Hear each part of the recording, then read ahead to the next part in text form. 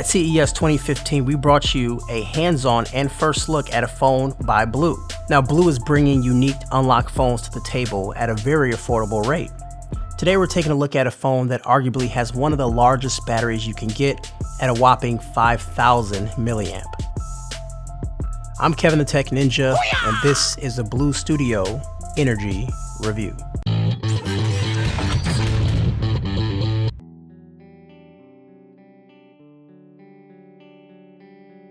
The Blu has a 5,000 milliamp battery, and you're reminded of that every moment you hold the phone.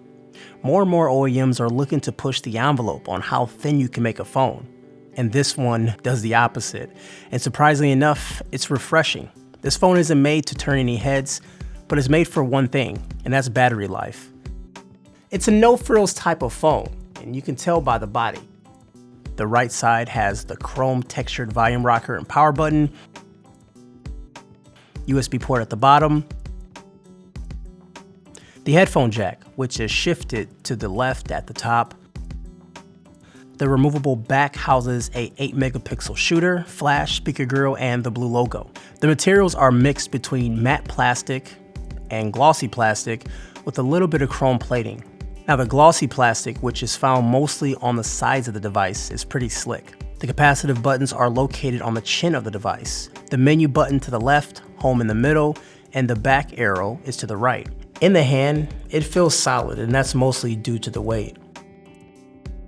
The Energy display brings you a 5-inch 720p IPS LCD screen.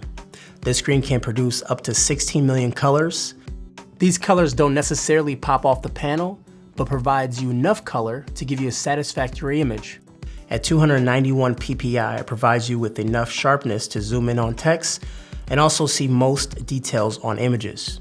The viewing angles are not that bad, but it does lose saturation quickly. If you're used to high-end phones, you'll notice the resolution is much lower.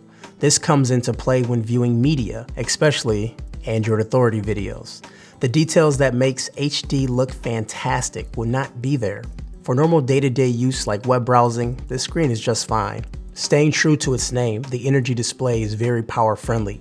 Even with the brightness cranked all the way up, the display seems a bit dim, something you really wouldn't notice unless you're in direct sunlight. During this review, I was in the scorching Detroit sun, and I had to find shade a few times to even see my screen.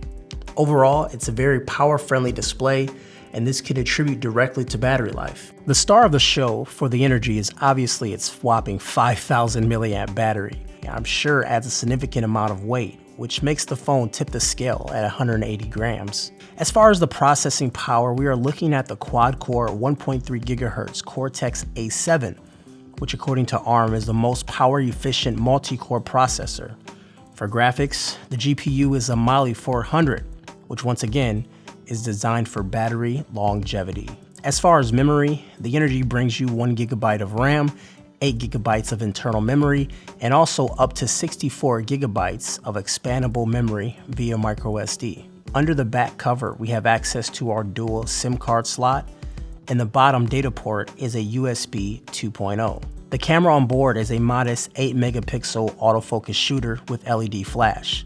The front-facing camera comes in at 2 megapixels. If the main objective of the Blu Studio Energy is to provide awesome battery life that has potential to last up to 48 hours on a single charge, then the Blu has succeeded. But if their objective was to provide a great performance at the same time, well, Blu may have fell a bit short. I do appreciate that Blu was able to pump out devices for such an affordable rate, and maybe I need to scale back expectations a bit, but the device as a whole is sluggish. Even with minimal applications installed, just using Hangouts, the keyboard has a hard time keeping up with me. Since the device has 1 GB of RAM, multitasking is a bit slower than other devices, but it does the job. One of the main pain points I'm having is pulling down the notification bar. There's been many times it just does not register my finger swipes. And there really isn't anything I can't do with this phone, but just things are a bit slower. On a good note, the Mali GPU does a great job with most games I throw at it. Many of the games in the Play Store I ran as any flagship device would.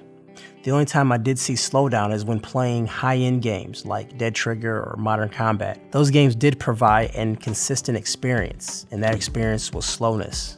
During this whole review, I alluded to power-friendly components to achieve better battery life. I know you're wondering if these decisions paid off in the long run. Well, I can easily say yes. I'm able to get over 48 hours off the charger with over 6 hours of screen on time comfortably. That means without making major adjustments to my day-to-day use. I'm on Wi-Fi most of the day and I do my fair share of Google Play Music and Spotify. I might open the occasional game, and even if you don't get 48 hours, it's still nice to know that at the end of a long day, you're not digging for a charger. This is a fresh breath of air for me. I really wish OEMs will take a leap by making their phones thicker for better battery life. But we're in the generation of keeping up with the Joneses, and right now, the Joneses have the thinnest phone. But let's keep things in perspective. This is a budget-friendly device that is designed for extreme battery life, and it does a mighty fine job at providing that for you. The Blu Studio Energy comes with Android 4.4.2 KitKat. On the surface, it appears to be running a stock version of Android, but once you slide down the notification bar, you can see that it's running custom software on top of Android. The notification panel is very similar to standard Android, although it provides a few tweaks. For example, to clear all notifications, there's an X on the top right corner. Also, there is a tab for settings. In the settings tab is where you'll find quick settings.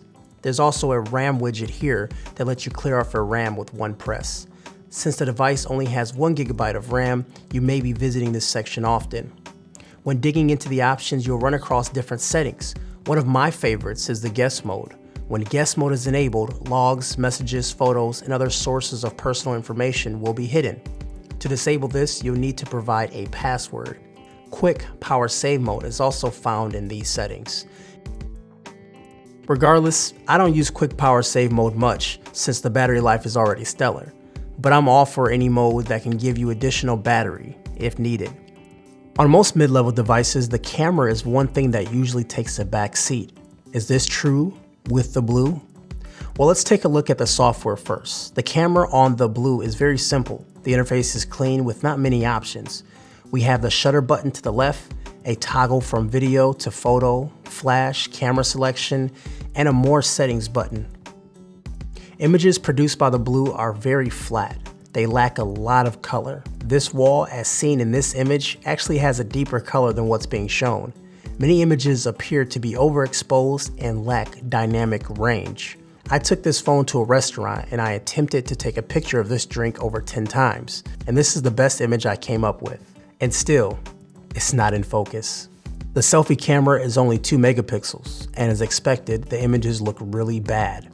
This was outside in good lighting, so once I took the front-facing camera indoors, the images remained the same, overexposed in some areas, lack of color, and overall just grainy. The Energy is packed with shooting modes within the settings. The gesture-based shots are pretty cool. You can set it up to take an image when you smile or when you make a peace sign. Also, the usual suspects are found in the camera software like panorama, HDR, and sport mode. However, the quantity of shooting modes cannot hide the poor quality of the images. And there it is, guys. That was the review of the Blu Studio Energy. As I mentioned before, this phone is made for extreme battery life and it succeeds at that goal.